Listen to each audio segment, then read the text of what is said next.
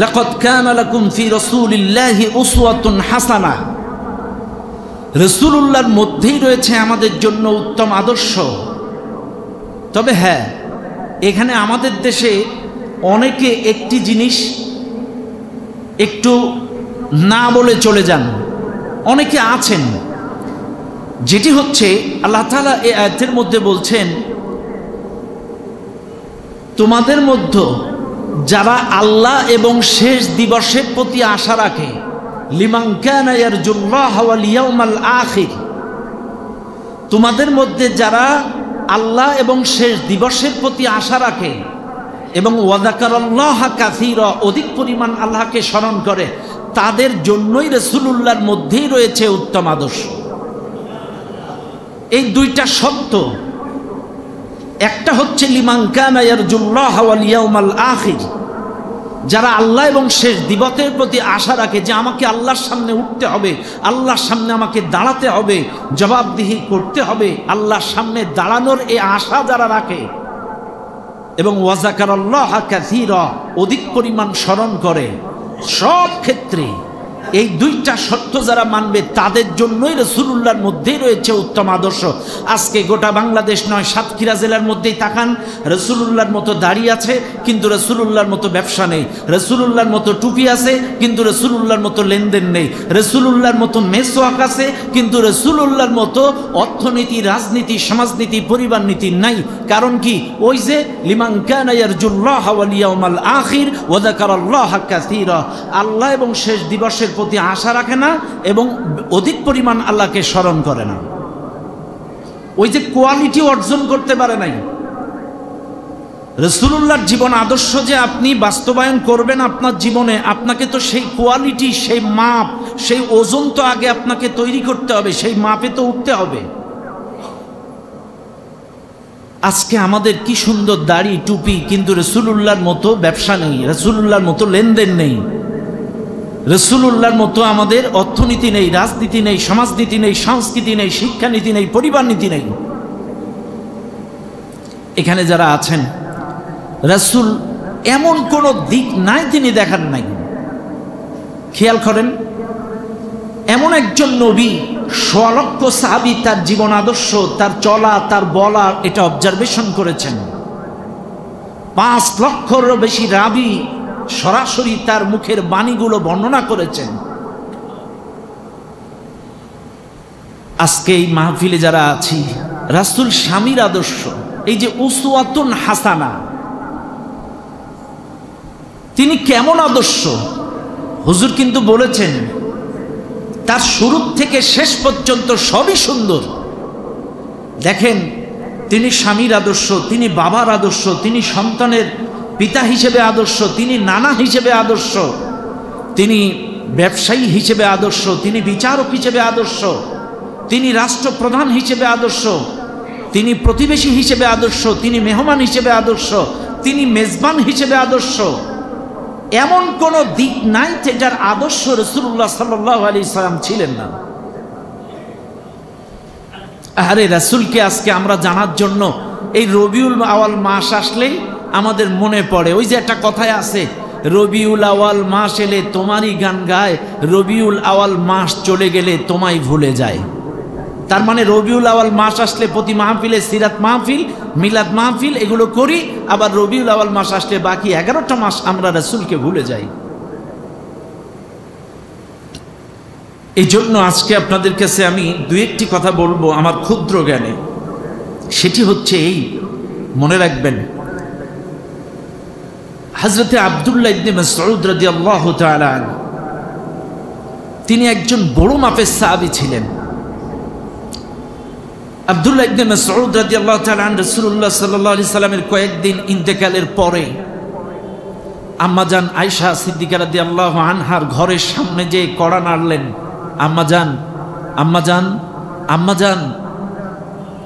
কে কড়া নাড়ছেন? আব্দুল্লাহ ইবনে মাসউদ রাদিয়াল্লাহু তাআলা। আব্দুল্লাহ ইবনে মাসউদ কে ছিলেন?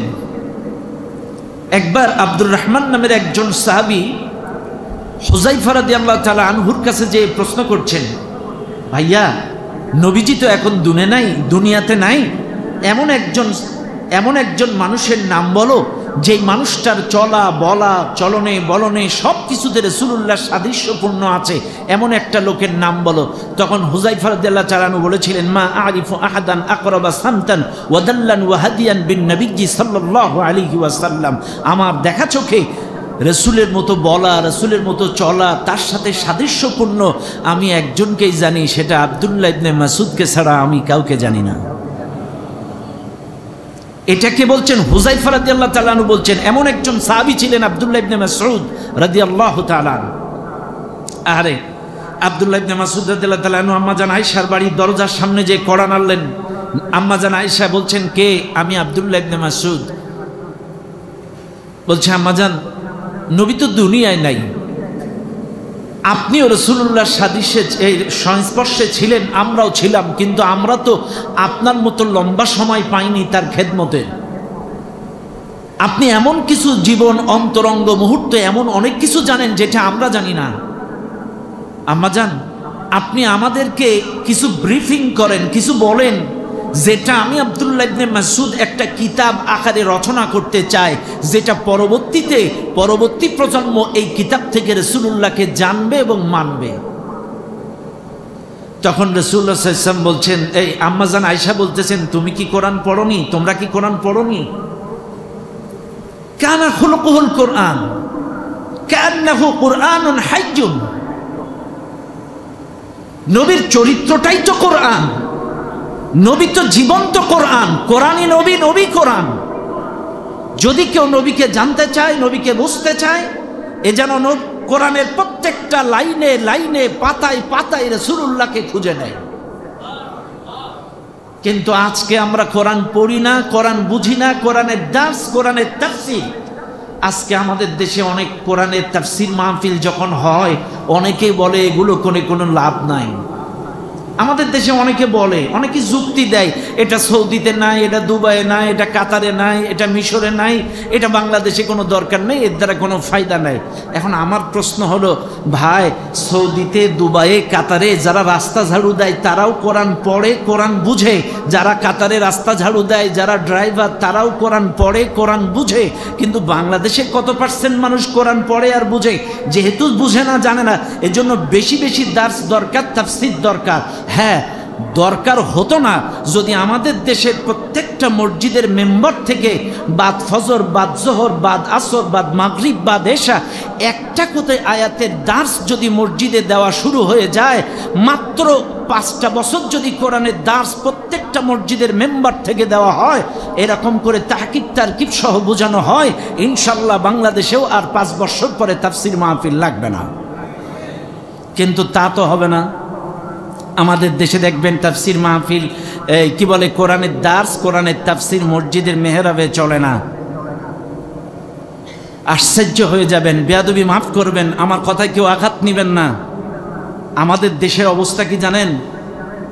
আমাদের দেশের অবস্থা হলো, ওই যে এক লম্বা হুজুর, দাড়ি আছে, টুপি আছে, জুব্বা আছে, এ গেছে বাজারে 1 কেজি গোশত কিনবে। এখন গোশত যখন কিনতে গেছে, তখন এই গোশওয়ালা হুজুর দেখে, দাড়িওয়ালা টুপিওয়ালা দেখে 1 কেজি গোশে 1150 গ্রাম টান দিয়ে দিছে, তার মানে 150 গ্রাম বেশি।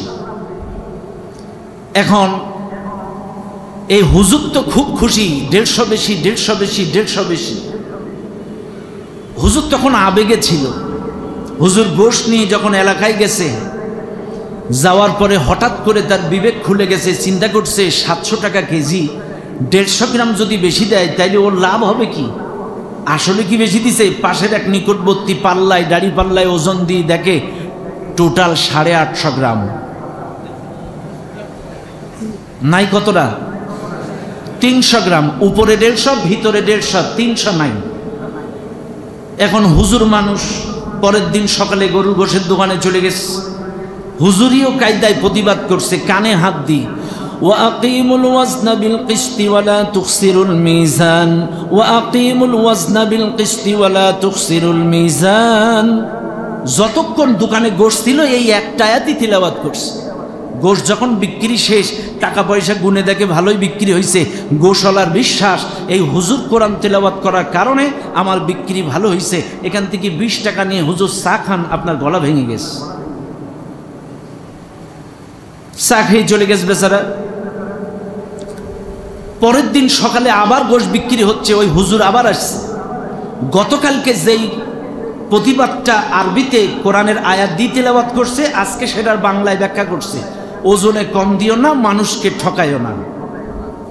গতকাল যে আয়াতটা পড়ছে না, এটার বাংলা ওজনে কম দিও না, মানুষকে ঠকাইও না, যেই ব্যাখ্যা করছে এই একই আয়াত। এখন বলেন তো, গতকাল তো 20 টাকা চা খাইতে দিছে, আজকেও তো 20 টাকা দিবে। আজকে কি দিবে? মার মার। তো আমাদের বাংলাদেশের অবস্থা হলো তাই। বেয়াদবি মাফ করবেন, যেই কোরআন দিয়ে জুম্মার নামাজ হয়, যেই কোরআন দিয়ে ফজরের নামাজ হয়, যেই কোরআন দিয়ে মাগরিবের নামাজ হয়, যেই কোরআন দিয়ে এশার নামাজের তেলাওয়াত হয়, একই কোরআন যখন আপনি মসজিদে দার্স করতে যাবেন, একই কোরআন যখন আপনি তাফসীর করতে যাবেন, তখন বলবে ওই হুজুর।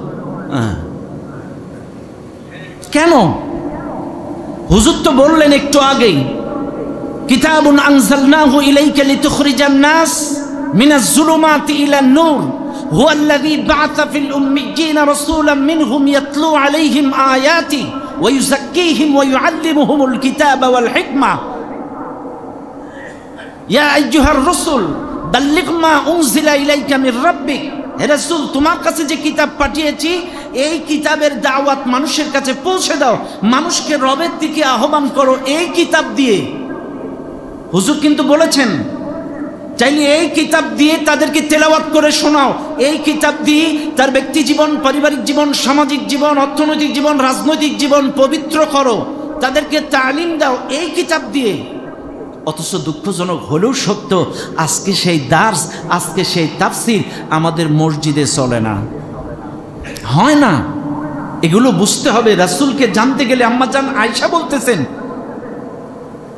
কান্নাহু কুরআনুন হাইয়ুন কানা খুলুকুহুল কোরআন। আম্মাজান আয়েশা বলতেছেন, চাইলে আমাদেরকে রাসূলকে জানতে গেলে কোরআন পড়তে হবে, কোরআন বুঝতে হবে, পাতায় পাতায় নবীর জীবনী, লাইনে লাইনে নবীজির জীবন আদর্শ।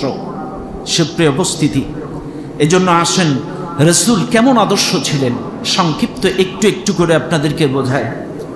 তিনি বিশেষ করে আজকে দেখেন, আমরা মানুষ একজন আরেকজনকে কটাক্ষ করি, একজন আরেকজনকে ব্যঙ্গ করি, একজন আরেকজনকে খাটো নামে ডাকি, বিভিন্নভাবে অপমান অপদস্থ করি, অপবাদ দেই। রাসূলুল্লাহ সাল্লাল্লাহু আলাইহি ওয়াসাল্লাম আমাদেরকে শিক্ষা দিয়েছেন, খবরদার, কাউকে কটাক্ষ নয়, ব্যঙ্গ নয়, কাউকে আঘাত নয়। কিয়ামতের ময়দানে মানুষের আচরণটা সবচাইতে বেশি ওজন হবে। দেখেন, কোরআনেও বলতেছেন, বিসাল ইসমুল ফুসুক বা'দাল ঈমান ওয়া মান লাম ইয়াতুব ফাউলাইকা হুমুজ জালিমুন। কোরআনও বলছেন, একজন মানুষ ঈমান আনার পরে তাকে যদি কেউ ব্যঙ্গ নামে ডাকে, কটাক্ষ করে, তাকে হেয় করে, প্রতিপন্ন করে, তাহলে ওই লোকটা যদি তওবা না করে তাহলে ও জালেম হয়ে যাবে, জালেম হয়ে যাবে যদি তাকে কটাক্ষ করে ব্যঙ্গ করে ডাকে। আজকে আমরা হেয়ালি করে একজন আরেকজনকে রোহিঙ্গা বলে ডাকি, একটু কালো হলে, একটু খাটো হলে, একটু প্রতিবন্ধী হলে তাদেরকে কত কটাক্ষ করি। দেখেন, এই যে একটু আগে বলছিলাম আব্দুল্লাহ ইবনে মাসউদ রাদিয়াল্লাহু তাআলা আনহুর কথা। আব্দুল্লাহ ইবনে মাসউদ রাদিয়াল্লাহু তাআলা আন তিনি বলতেছেন, সহিহ মুসলিমের হাদিস, তিনি বলতেছেন, আমি একবার এরকম একটা মাজলিসে রাসূল ওয়াজ করলেন, ওয়াজের পরে আসরের নামাজের সময় হলো। আসরের নামাজের আগে একটা কাঁটাওয়ালা আমাদেরকে ওযু করার সময় দিল।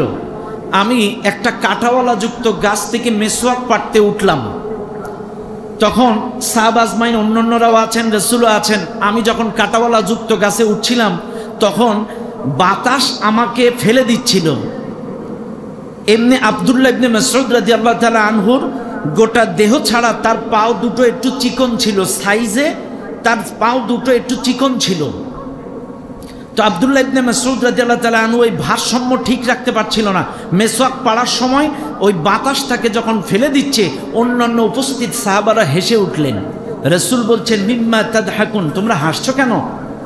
তখন বলছে হুজুর আমরা আব্দুল্লাহ ইবনে মাসউদের চিকন জাং দুটো দেখে হাসছি, তার পাও দুটো দেখে হাসছি, এত বেশি চিকন তার শরীর ছাড়া, এর জন্য এটা দেখে হাসছি। তখন রাসূল বলছেন ওয়াল্লাযী নাফসি বিয়াদিহি লাহুল আফতালু ফিল মিজান মিন উহুদ, তোমরা আমার ইবনে মাসউদের চিকন জাং দুটো দেখে হেসো না, ইবনে মাসউদের ওই চিকন পাও দুটো কিয়ামতের ময়দানে উহুদ পাহাড়ের চাইতেও বেশি ভারী হয়ে যাবে। কাজী কে কালো কে ধলা, কে চিকন কে লম্বা, কে খাটো কে লম্বা, কার চেহারা ভালো কার চেহারা কালো, এটা শ্রেষ্ঠত্বের মানদণ্ড নয়। শ্রেষ্ঠত্বের মানদণ্ড হলো নেক আমল, বিশুদ্ধ ঈমান। বিশুদ্ধ ঈমান আর নেক আমল, এটি হচ্ছে শ্রেষ্ঠত্বের মানদণ্ড। কাজী কেউ কাউকে কটাক্ষ নয়, কেউ কাউকে আঘাত নয়, কেউ কাউকে কষ্ট নয়। আসুন সুপ্রিয় উপস্থিতি, আমি রাসূলুল্লাহ সাল্লাল্লাহু আলাইহি ওয়াসাল্লামের জীবন আদর্শ থেকে দুই একটি কথা, একটি আয়াত তেলাওয়াত করে বললাম। হুজুরের সামনে অসংখ্য আলেম এখানে আছেন, আমি আমার ক্ষুদ্র জ্ঞানে যতটুকু কথা বলেছি, আল্লাহ পাক আমাকে সহ আমাদের সকলকে বাস্তব জীবনে প্র্যাকটিক্যালি আমল করে এই জীবনে রাসূলুল্লাহ সাল্লাল্লাহু আলাইহি ওয়াসাল্লামের জীবন আদর্শ, ব্যক্তি জীবন, পারিবারিক জীবন, সামাজিক জীবন, গোটা জিন্দেগিতে রাসূলের রঙে রঙিন হয়ে আমাদেরকে প্রকৃত রাসূলের উম্মত হয়ে মৃত্যুবরণ করার তৌফিক দান করুন। সবাই বলুন আমিন। আসসালামু আলাইকুম ওয়া রাহমাতুল্লাহি ওয়া বারাকাতুহু।